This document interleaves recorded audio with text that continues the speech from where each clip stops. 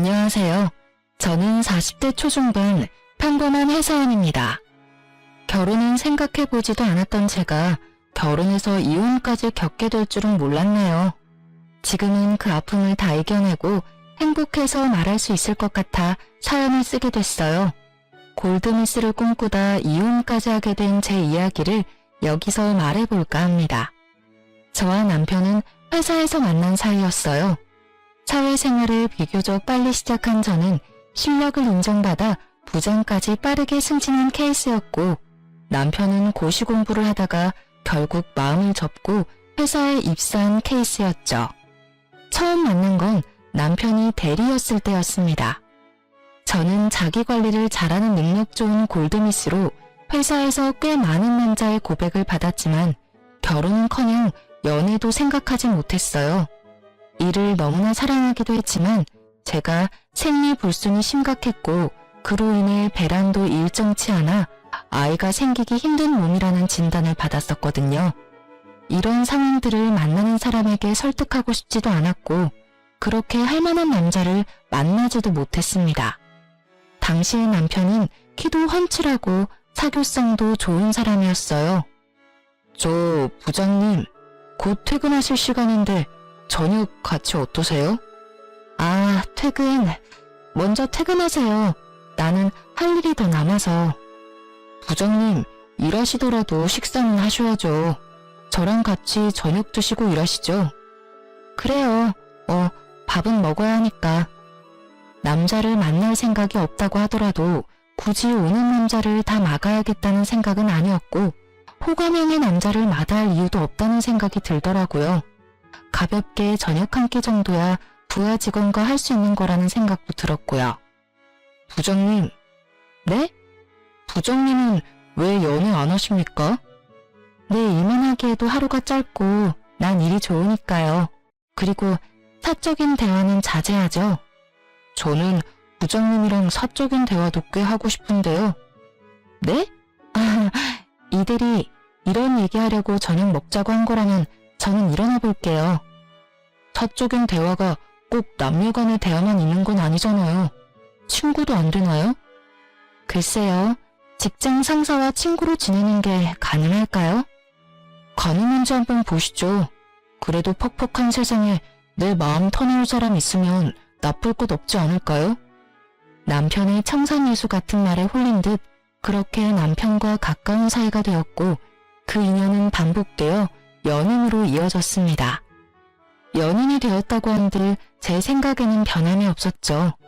제가 아이를 갖기 힘들다는 건 여전히 변함없는 사실이었으니까요. 자기야, 우리 이제 결혼 얘기할 때도 되지 않았나? 얘기했잖아. 나는 결혼 생각 없고 연애만 하기로. 그래서 동의하고 만나는 거 아니었어? 알지. 무슨 말인지 아는데 정작 자기가 아프면 내가 보호자가 되어줄 수 있잖아. 결혼하면 좋은 것도 있는데 왜 무작정 싫다고만 하는 거야. 남편의 말에 마음이 흔들리더군요. 부모님이 돌아가시면 외동인 제가 의지할 수 있는 사람은 남편밖에 없었습니다. 막상 제가 아플 때 부모님이 속상해하시던 걸 생각하니 더 마음이 좋지 않았고요. 제가 혼자 남을 것을 매일 걱정하던 부모님이었습니다. 결혼 하기가 그렇게 싫어? 알잖아. 애 가지기도 힘들고 그런 걸로 흠잡히고 싶지도 않고. 아이가 결혼의 전부는 아니야. 너만을 사랑해줄 남자도 얼마든지 있을 거야. 나 혼자서 잘 살 수 있는데 뭘. 에이, 엄마 아빠 걱정이나 하셔. 우리야 노후 준비도 다 끝냈고 너 아니면 이렇게 걱정할 일도 없다. 너만 잘 살면 우리는 아무 걱정 없어. 그러지 말고 잘 생각해봐. 우리가 평생 사는 것도 아니고 우리 없으면 너 혼자 남을 생각하지? 엄마 정말 속상해서 잠을 잘 수가 없어. 왜 너처럼 잘난 애가 혼자 살려고 하는 거야? 아이를 아예 못 갖는 것도 아니고 힘들다는 얘기지 않니? 혹시 모르는 거니까. 아빠, 나 이미 생각 확고해요. 그만 얘기하세요. 아이를 가질 수 없다는 이유 하나로 혼자 살겠다고 씩씩한 척 살아가는 제가 항상 마음에 걸린다던 부모님의 말씀이 머리에 스쳤습니다. 나 할 말 있어. 듣고 나서 나랑 헤어지겠다고 해도 붙잡지 않을게. 당신 선택 존중할게. 무슨 얘기인데 이렇게까지 얘기해? 나 생리 일정하지 않은 거 당신도 알지? 알지. 어쩌다 건너뛸 때도 있고. 그렇다는 건 알고 있었어. 병원에서도 아이 갖기 힘들 거라고 하더라고. 그래? 그렇구나. 그래서? 그래서라니? 당신이랑 결혼하면 우리 이제 뭐 아이와 행복한 가족 그런 거 못할 수도 있다는 얘기야. 너랑 나 둘만 보고 살아야 할 수도 있다고. 그리고 너희 어머님도 내가 아이 갖지 못한다고 하면 달가워하지 않으실 거야. 자기랑 나 둘만 보고 살면 되지. 엄마? 내가 설득할게. 그리고 나도 이 나이까지 장가 못 가고 있으니 제발 장가만 갔으면 좋겠다 하는 분이셔. 걱정하지 마. 막상 그렇게 말하셨어도 결혼하는 손주 바라는 건 당연한 마음 아니시겠냐는 거지. 나 못 믿어? 내가 다 책임질게. 내 탓이라고 할게. 난 진짜 자기만 있으면 돼. 저 하나면 된다는 남편의 말에 결국 굳건했던 마음이 흔들렸고 저희는 결혼하기로 했습니다. 시어머님께도 제가 아이를 쉽게 가질 수 없는 몸이라는 것에 대해 알리고 결혼을 했습니다. 이런 상황도 솔직하게 말씀드리는 게 가족이 되기 위해서는 당연한 거라고 생각했어요. 남편 말대로 결혼조차 생각 못했던 아들인데 잘 부탁한다고 말씀하시며 결혼을 허락해 주셨습니다. 신혼생활은 회사 근처의 자가에서 생활을 하고 있던 제 명의의 아파트에서 시작하기로 했습니다. 남편이 모아놓은 돈이 별로 없다더군요. 어차피 남편의 경제 상황을 아예 모른 것도 아니었고 제가 넉넉하니 상관없다고 생각해서 큰 문제는 아니었습니다. 저보다 일을 늦게 시작했으니 당연한 듯도 했지만 혹시나 다른 이유가 있나 궁금해 물으니 얘기해 주더라고요. 남편에게는 14살 차이 나는 여동생이 있었습니다. 시아버님은 남편이 고등학생 때 사고로 돌아가셨고 남편이 가장 노릇을 해왔다고 하더라고요. 고시 공부하는 동안 공부 뒷바라지로 고생하는 어머님을 보며 더는 안 되겠다는 생각에 취업을 하게 되었고 그 회사에서 자신의 능력으로 올라가는 저를 보며 동경 그 이상의 감정을 느끼게 되었다고 했습니다. 회사에서 번 돈으로 집 생활비, 동생 용돈, 그리고 대학교 학자금까지 모두 감당했다더라고요. 오히려 가족을 위해 묵묵히 책임지는 가장의 모습이 저에게는 더 좋은 모습으로 다가왔습니다. 그 모습이 저에게 독이 될 거라고는 생각도 못했으니까요. 신혜인은 영락 없이 제 남편의 딸처럼 행동했습니다. 14살 차이라는 큰 나이 차이 때문도 있지만 아버지의 역할을 해왔던 남편에게 의지하는 듯도 보였습니다. 대학 생활을 시작하며 독립해서 살고 있던 신우이가 어느 날 배가 불러 찾아왔습니다. 오빠, 너 이게 뭐야? 배가 왜? 나 임신했는데 무서워서 말을 못했어. 나 결혼해야 될 것 같아. 그래도 나랑 아이 책임져 주겠대. 그래. 네가 애도 아니고 이젠 네가 알아서 산다지만 오빠한테 진작 얘기를 하던가 이제 와서. 그래서 그런데 오빠, 나 결혼자금 좀 주면 안 될까? 한 푼도 없이 그냥 시작할 수는 없잖아. 아이도 키워야 하고. 그래, 오빠가 해줄게. 정식으로 남자친구 데려와서 인사시키고 하루빨리 결혼식 올리자. 더 배불러 오기 전에. 진짜? 진짜? 오빠 고마워. 역시 우리 오빠밖에 없어. 근데 오빠보다 언니가 더 잘 벌지 않아요? 언니도 같이 보태주실 거죠? 아가씨, 저희 결혼하면서 경제관리 따로 하기로 했어요. 그러니 필요한 결혼자금은 저한테 말씀하지 마시고 오빠한테 받으시면 돼요.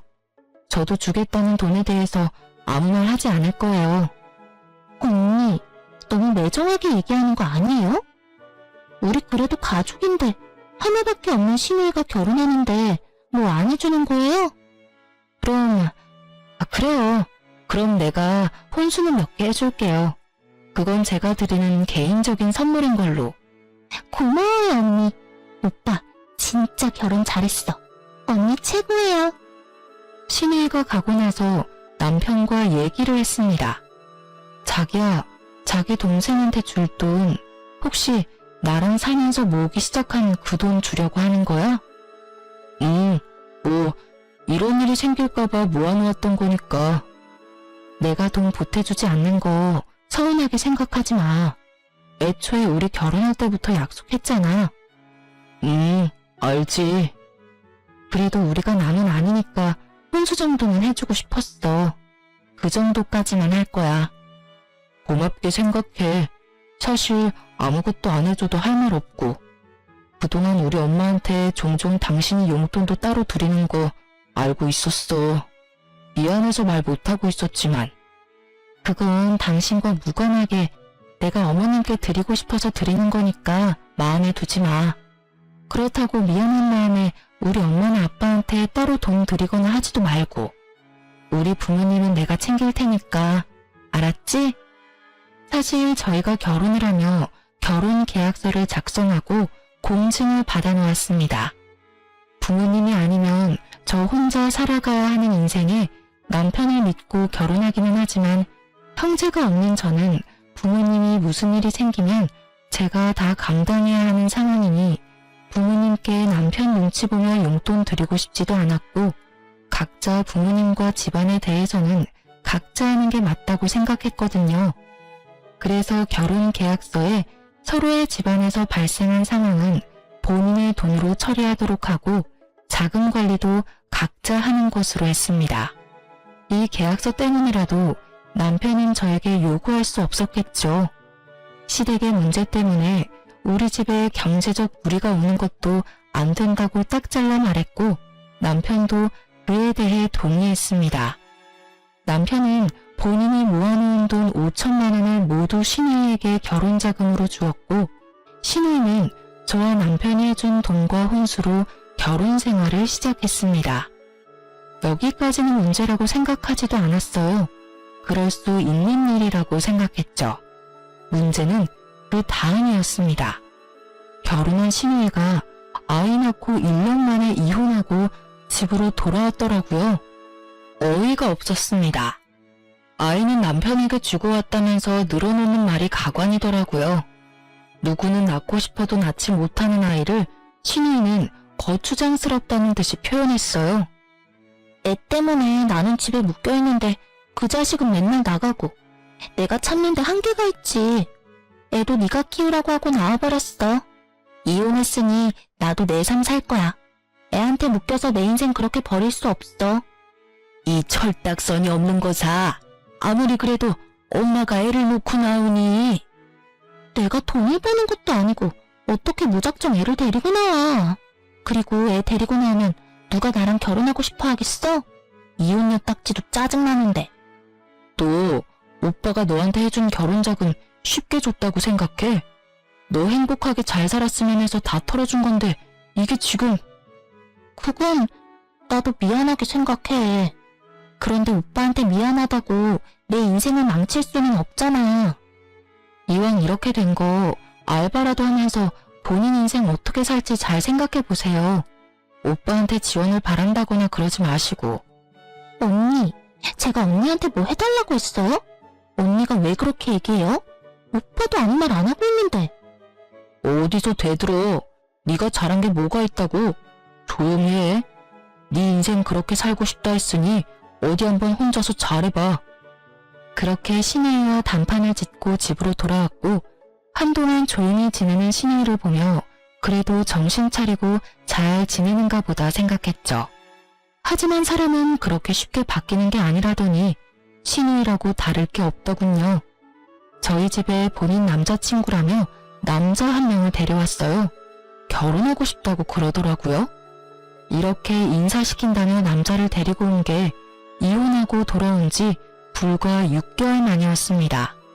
기가 막히더군요. 정신 차리고 살고 있나 했는데 그게 아니었어요.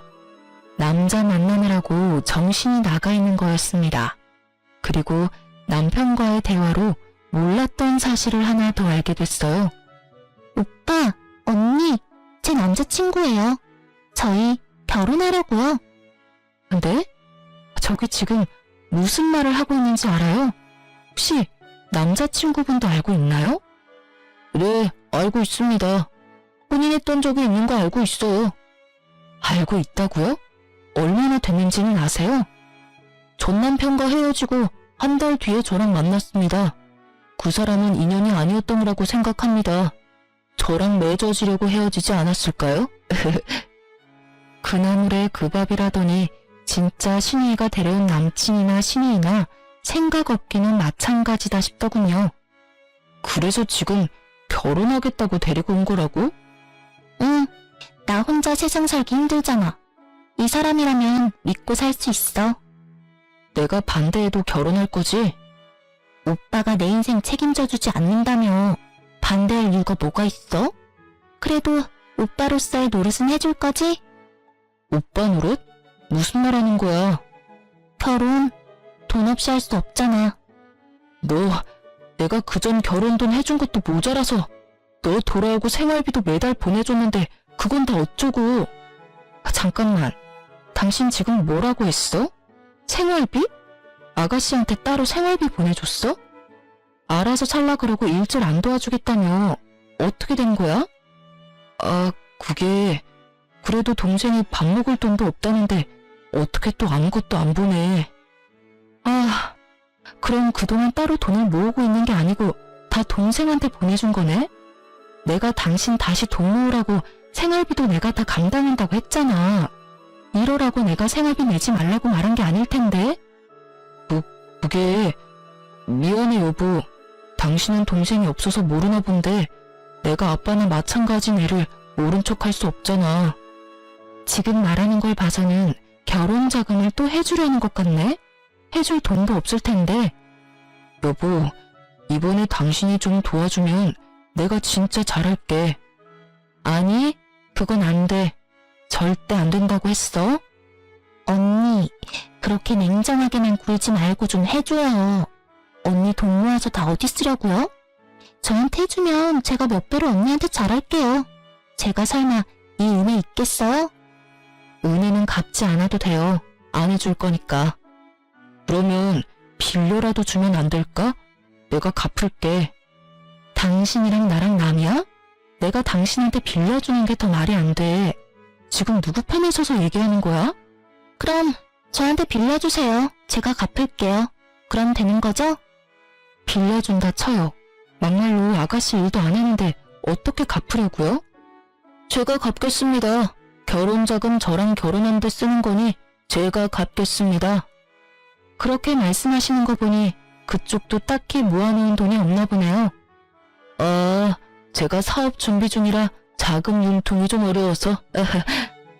이자까지 쳐서 갚을 테니까 제 남친한테 그렇게 말씀하지 마세요. 그래요? 그럼 이럴 거 없네요. 알았어요. 빌려줄게요. 대신 차용증 받을게요. 그 차용증 공증도 받아놓을 거고요. 그렇게까지 해야 해요? 왜요? 안 갚을 거 아니잖아요. 갚는다고 했잖아요. 그럼 상관없지 않나요? 아, 알겠어요. 쓸게요. 쓰면 되잖아요. 그렇게 신우이에게 결혼자금 5천만 원을 빌려주며 이자까지 주겠다는 신우이의 말처럼 차용증 내용을 써서 변호사를 통해 공증까지 받아놓았습니다. 사실 그 돈 안 받아도 상관없었어요.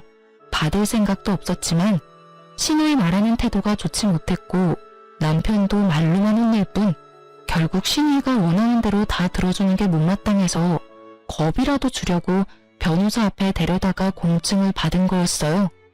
그래야 정신 차리고 돈도 벌고 자기 스스로 일어설 수 있을 것 같더라고요. 아무리 그래도 남편 여동생인데 저도 사람인지라 미움정이 들었는지 못 사는 모습 보고 싶지 않았고 언니 같은 마음으로 잘 살 수 있게 도와주고 싶었어요. 마냥 도와주는 것보다 이렇게 자립심을 키워주는 게 언니로서 더 위해주는 일이라고 생각했고요. 그렇게 신우이는 두 번째 결혼을 했고 이제는 진짜 우리에게 손 내민 일 없을 거라고 생각했어요. 남편도 이번 일을 계기로 더 이상 도와주지 않겠다고 했고요. 다시 한번 이런 일 있으면 저도 참지 않겠다고 했습니다. 여기서 얘기가 끝나면 재미없겠죠? 네, 신우이가 또 찾아왔어요. 자기 남편과 함께. 저 사업 보증 좀 부탁드리려고 왔습니다. 제가 이번 사업 아이템 진짜 확실하게 성공할 자신 있거든요. 미래에 투자한다고 생각하면 나쁘지 않은 조건이야. 진짜 이 사람 머리 좋은 사람이거든? 오빠, 이 사람 믿고 보증 한번 서줘. 내가 결혼하면서 보증은 서주지 말자 약속하고 결혼했어. 이건 절대로 안 돼. 돌아가. 오빠. 오빠한테도 좋은 거라니까.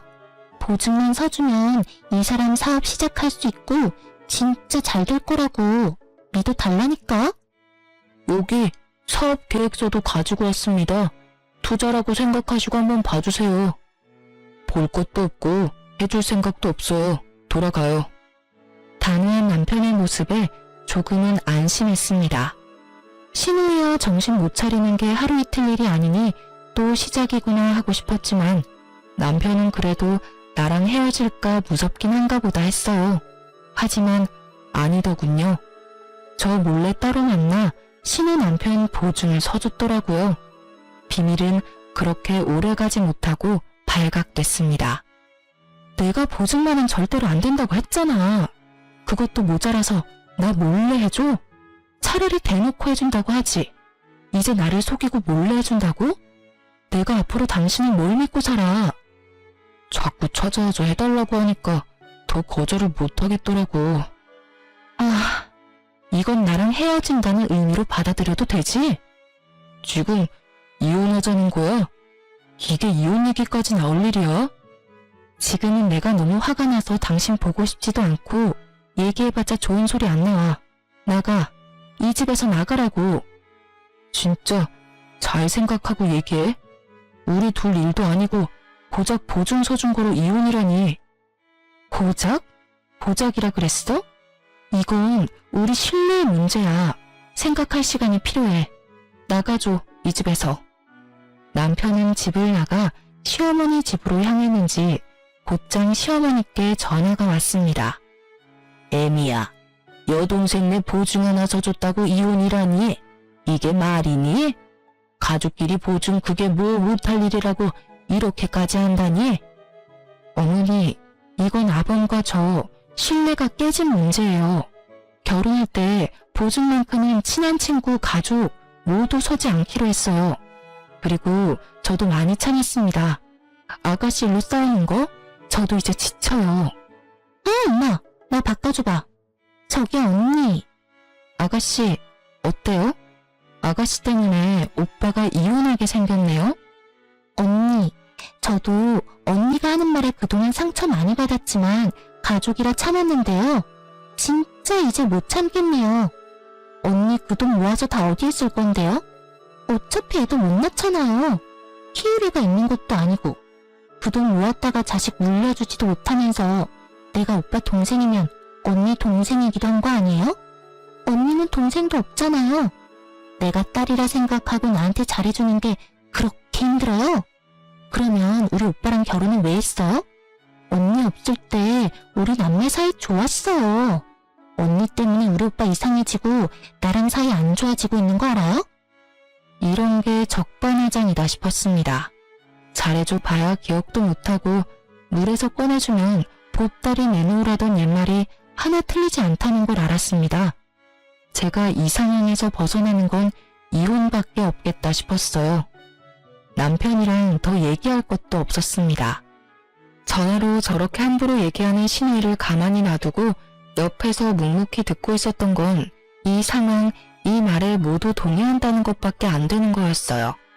제가 이혼을 하기로 마음먹은 이상 제대로 잘라내야겠다고 생각했습니다. 전 혼자서도 세상을 살아내야겠다고 생각하고 늘 대비해오던 사람이었기 때문에 이런 상황에 대해서도 대처해 놓았어요. 제 성견지명이 빛을 발하는 순간이었습니다. 결혼 계약서와 신우이에게 빌려준 돈에 대한 차용증을 들고 시댁으로 향했습니다. 이게 뭐니? 결혼 계약서? 너희 이렇게 남보다도 못하게 살고 있었니? 부부 사이의 계약서라니?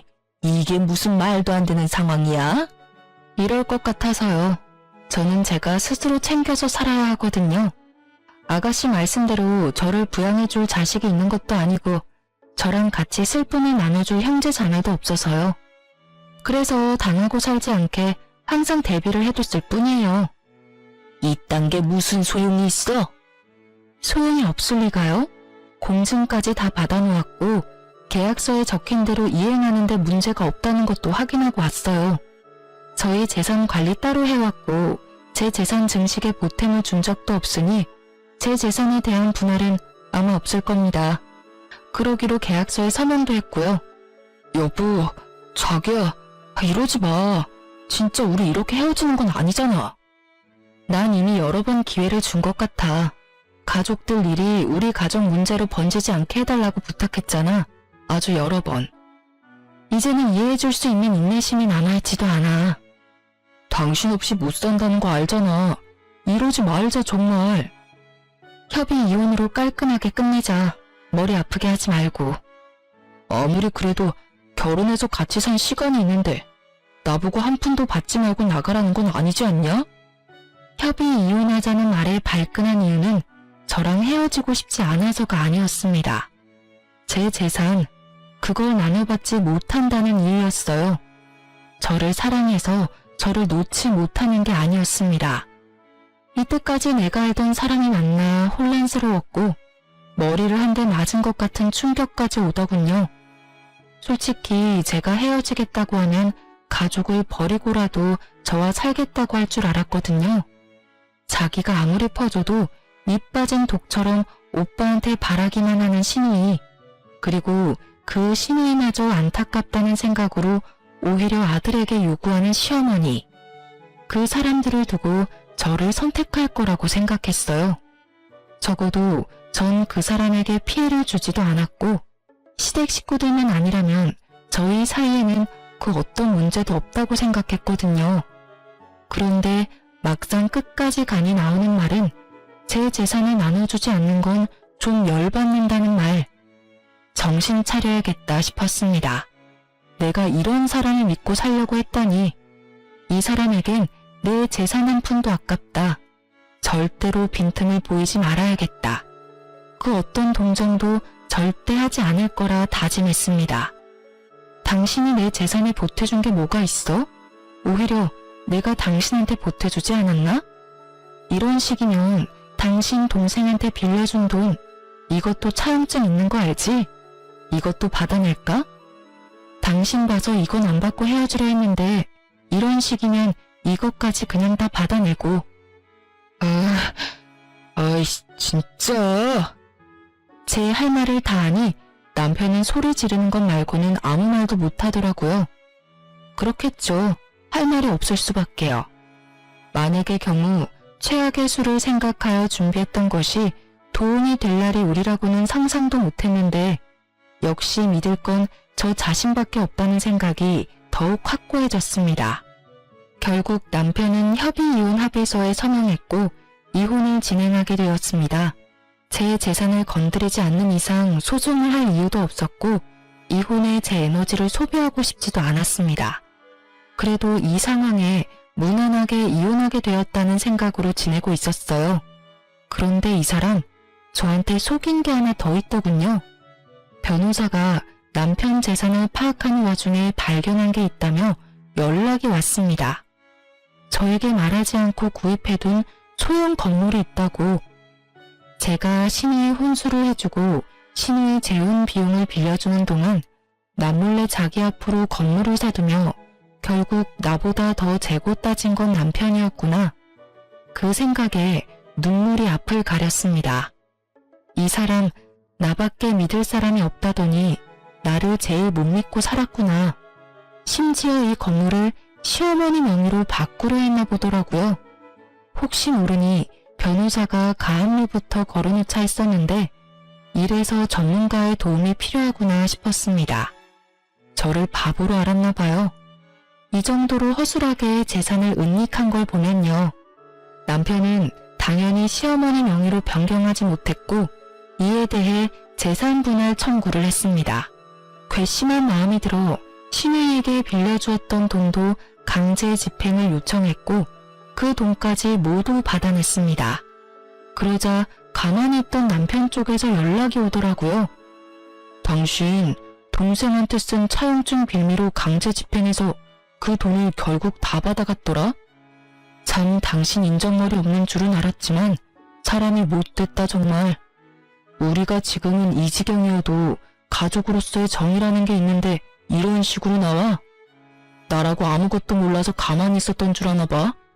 참 말 한번 뻔뻔하게 한다. 우리가 가족이라고? 가족이어서 건물 있다는 것도 속이고 네 여동생이 잘못해서 이렇게 된 우리 상황 생각 안 하고 나한테 인정머리 없다고? 그래, 네가 아는 게 뭐길래 이렇게 말하나 한번 드러나 볼게. 너만 변호사 있는 줄 아냐? 나도 변호사 있거든? 장인어른이 준 돈이 있다는 얘기도 안 했더라? 야, 너도 그렇게 철저히 숨겼으면서 나를 욕할 입장은 아닌 것 같은데? 그 돈, 우리 부모님이 본인들 혹시나 안 좋은 일 생기면 그때 쓰라고 주신 비상금이야. 본인들 나중에 장례식 때 쓰라고 준 비상금이나 마찬가지라고. 내가 쓸 돈도 아니고 그래서 너한테 말할 이유도 없고 한두 푼도 아니고 그 큰 돈을 말 안 하고 있었던 이유로 참 좋은 이유 든다. 내가 그 돈 가만히 두나 봐. 나도 재산 분할 청구 소송할 거야. 어디 한번 해보자고. 마음껏 해봐. 능력 있는 변호사 쓰고. 하긴 능력 있는 변호사 썼으면 지금 나한테 이렇게 전화해서 말하는 짓이 얼마나 멍청한 짓인지 알았겠지. 변호사 말이 부모님께서 증여해준 돈은 재산 분할 대상에 해당하지 않는다더군요. 만약 건물을 구입해서 그 건물값이 올라갔다거나 주식을 사서 재산이 증가했다면 분할 대상이 됐을 수도 있지만 단순히 증여받은 돈 자체를 분할 요청할 수 없다고요.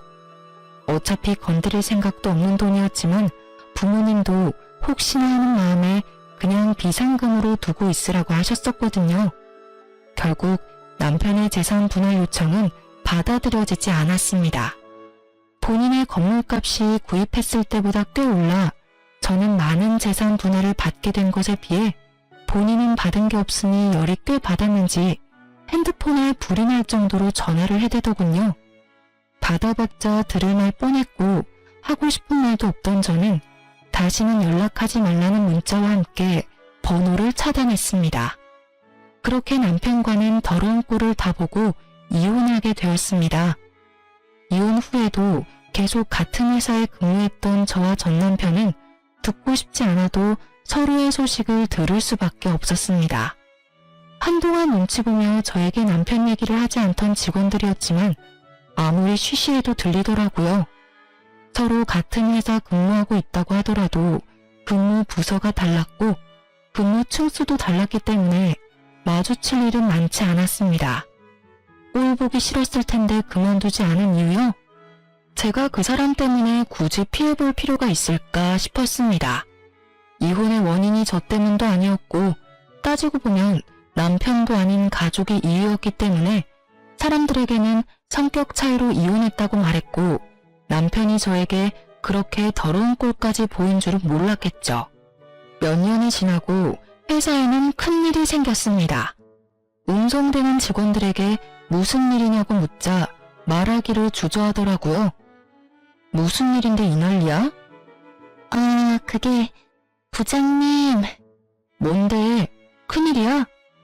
재무부 직원이 공금 횡령을 했대요. 횡령?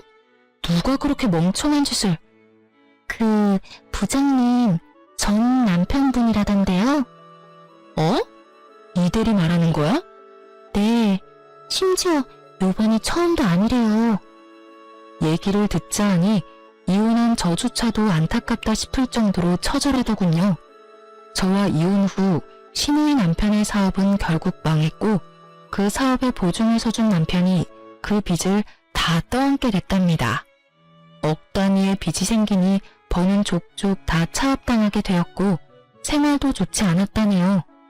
그래서 사는 게 녹록지 않으니 뭐라도 해보겠다 싶어서 공금 쪽에 손을 댔나 했는데 알고 보니 횡령이 처음이 아니었습니다.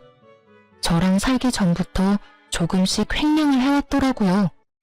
전부터 조금씩 해오던 공금 횡령으로 주식 투자를 해 돈을 불려 그 돈으로 건물을 샀더라고요. 그렇게 겁없이 계속 횡령을 해오다 이번에 회사 감사가 진행되며 걸리게 되었고 해고는 당연한 결과였습니다. 해고된 남편은 결국 징역을 살게 되었다고 사람 인생이 이렇게까지 망가질 수 있구나 싶은 순간이었습니다. 저와 같이 살던 사람이 징역까지 살다니 드라마에서나 있을 일이 이렇게 내 주변에도 벌어질 수 있는 거구나 싶었어요. 전 남편이 징역을 살 동안 저는 더 치열하게 회사 생활을 해나갔습니다. 그리고 이제는 누구에게도 의존하거나 의미 부여하지 않고 저 혼자 잘 살아가리라 생각했습니다. 인연이라 생각했던 사람이 참 좋지 못했으니까요. 그런데 인연은 따로 있다더니 제가 이 사람을 만나려고 그랬을까요? 회사 거래처에서 만난 사람의 다정한 모습에 또 한 번 사람을 믿고 싶어지더라고요. 겁도 났습니다. 전 남편도 분명 처음에는 좋은 사람이었고 좋을 거라 생각했기 때문에 혼자 살려 했던 제 인생을 걸 만큼 사랑해서 결혼했던 거니까요. 그러나 한편으로는 그런 생각도 들더라고요. 내가 그 못난 사람 때문에 나에게 다가온 좋은 인연까지 놓쳐야 하는 걸까? 내 인생을 그 사람 하나 때문에 겁내며 살 필요가 있을까? 하는 생각이요. 결국 저는 거래처 사장이었던 남자와 재혼을 했습니다. 개인 사업자인 지금의 남편은 너무나 가정적인 사람이었어요. 자기의 장래 희망이 아내 외조하는 남편이었다고 할 만큼이요. 말뿐인 사람이 아니었어요.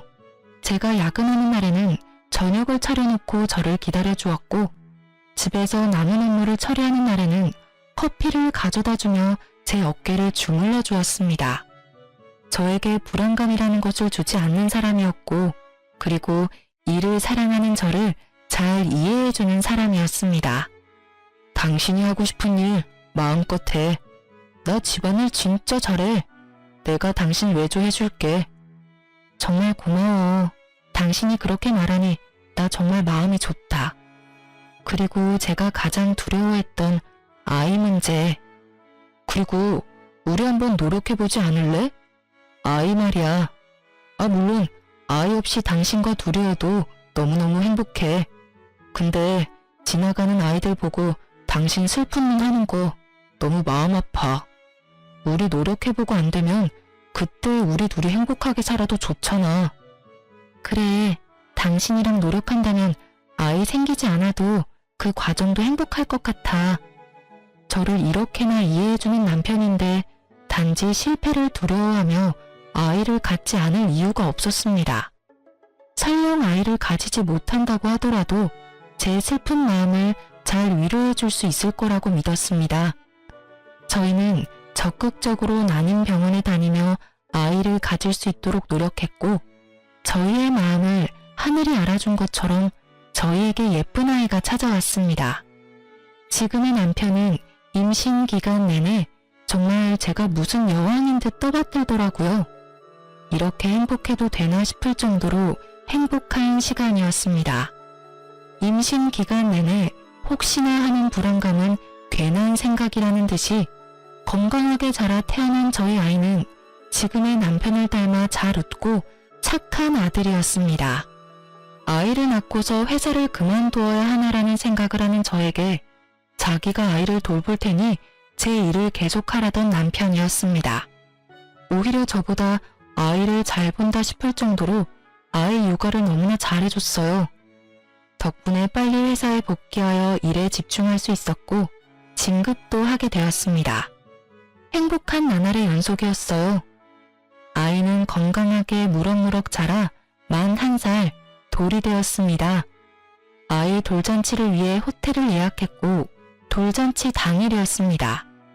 양가 식구들과 친척들을 초대해 소소하게 진행한 돌잔치였어요. 그리고 그 사이에서 음식 서빙을 하고 있던 전 신우이를 보게 되었습니다. 황급히 얼굴을 피하더군요. 저는 일부러 전 신우이를 불렀습니다. 서빙하느라 수고가 많네요. 여기 팁. 열심히 살아요. 다른 사람 덕으로 살려 하지 말고 자기가 벌어서 사는 삶을 살아요. 저 행복하게 살고 있어서 몰랐었는데 마음에 응어리가 남아있었나 보더라고요. 옛 신우이에게 그렇게 훈수를 던지고 나니 마음에 있던 돌멩이가 사라진 기분이었습니다. 돌잔치를 끝내고 집으로 돌아와 요리할 힘도 없던 저희는 배달 음식을 시켜 먹기로 했어요. 참 정말 이런 일은 꼭 하늘이 장난을 치고 있는 게 아닌가 싶을 만큼 한 번에 일어나더라고요. 저희 집 앞에 서 있는 배달기사는 전 남편이었습니다. 징역 살고 나와 배달 일을 하고 있다는 소문은 들었었는데 설마 우리 집으로 배달 오겠어? 싶던 생각은 역시나 현실이 되었습니다. 어떻게 여기에... 그건 내가 할 말이고 이젠 이쪽 배달은 안 왔으면 좋겠네. 보기 거북하니까. 여보, 음식 받았어? 내가 아기 기저귀 갈고 음식 세팅할 테니까 식탁에 올려놔. 아기? 너 아이를 낳았어? 못 낳는다고 했잖아. 어떻게 된 거야? 글쎄 말이야. 당신이랑은 그렇게 안 생기던 아이가 이 사람이랑은 생기더라고. 당신 문제였나 봐. 아이 안 생기는 건. 아니면 하늘이 내 편이라 우리 사이에 아이를 안 주셨던 거겠지? 저를 원망하는 듯 애처로운 듯 바라보는 전 남편의 눈빛을 뒤로하고 문을 보란듯이 쾅 닫았습니다. 그 일을 마지막으로 전 남편은 다시 볼 수 없었습니다. 자신의 동생을 위해서 최선을 다하는 오빠였지만 정작 자신의 가정은 지키지 못했던 전 남편은 그렇게 위하던 여동생 때문에 좋은 직장도 잃고 정가가 있는 사람이 되어버렸더군요. 남편에게 은혜를 갚겠다던 신우이는 본인의 빚 갚기에도 급급한 사람이 되었고요. 자기만 믿으라던 전 남편의 가만히절에 속아 결혼했지만 만약의 경우를 생각해 대비해놓은 것이 다행이다 싶습니다. 여전히 현재 결혼 생활에서도 서로의 비상금은 지켜주며 생활하고 있습니다. 전 남편이 저에게 나쁜 영향만 준 것은 아닌 것 같아요. 여자라고 해서 무조건 집에서 살림만 해야 하는 게 아니라는 것도 알았고 적어도 자신의 가족이 위기에 닥쳤을 때 서로의 눈치를 보지 않고 해결해 줄 수 있을 정도의 능력은 유지하며 살아가는 게 좋겠다는 생각에 더욱 확신해 주었거든요. 그리고 가정을 이루었다면 무엇보다 그 가정에 충실해야 하는 게 맞잖아요. 제 가치관이 틀리지 않았다는 걸 몸소 증명해준 전 남편. 만일 전 남편이 신우이나 신모가 아닌 저를 선택했다면 지금의 상황도 조금은 달라져 있을까요? 글쎄요. 전 결국 전 남편은 똑같이 우리가 아닌 자기 가족만을 선택했을 거라 생각합니다. 가족의 개념이 저와는 다른 사람이었다고 생각하니까요. 저와 같은 가치관을 가진 지금의 남편은 저와 같은 생각을 많이 하는 사람이어서인지 저의 의견을 많이 존중해주며 의견의 차이가 난다고 하더라도 그 중간점을 잘 찾아 타협해 나갈 줄 아는 지혜로운 사람이네요. 무엇보다 여전히 절 많이 아껴주고 절 존중해주고 있습니다. 저희에게 찾아온 보물 같은 아이도 별 탈 없이 잘 크고 있고요. 인연이 아니라면 놓을 줄도 알아야 진짜 좋은 인연을 잡을 수 있다는 걸 알았네요. 인연과 함께라면 기적이 일어날 수 있다는 것도요. 제가 계속 신우이와 시댁을 향해 희생하다 못해 저에게까지 같이 희생하기를 강요하는 전 남편과 같이 살았다면 지금의 이런 행복한 삶은 살 수 없었겠죠. 맞지 않는 부분을 맞춰나가는 게 부부이지만 그 부분이 너와 내가 아닌 다른 가족들에 의한 것이라면 끊어내지 않는 한 힘들 수 있을 것 같습니다. 저의 경우처럼요. 언젠가 나아지겠지라는 생각으로 참기보다는 본인을 위한 선택을 하는 게 좋지 않을까 생각해 봅니다. 여러분, 날씨가 갑자기 추워졌네요. 항상 따뜻하게 입으시고 건강 조심하세요. 기나긴 제 이야기 들어주셔서 감사합니다.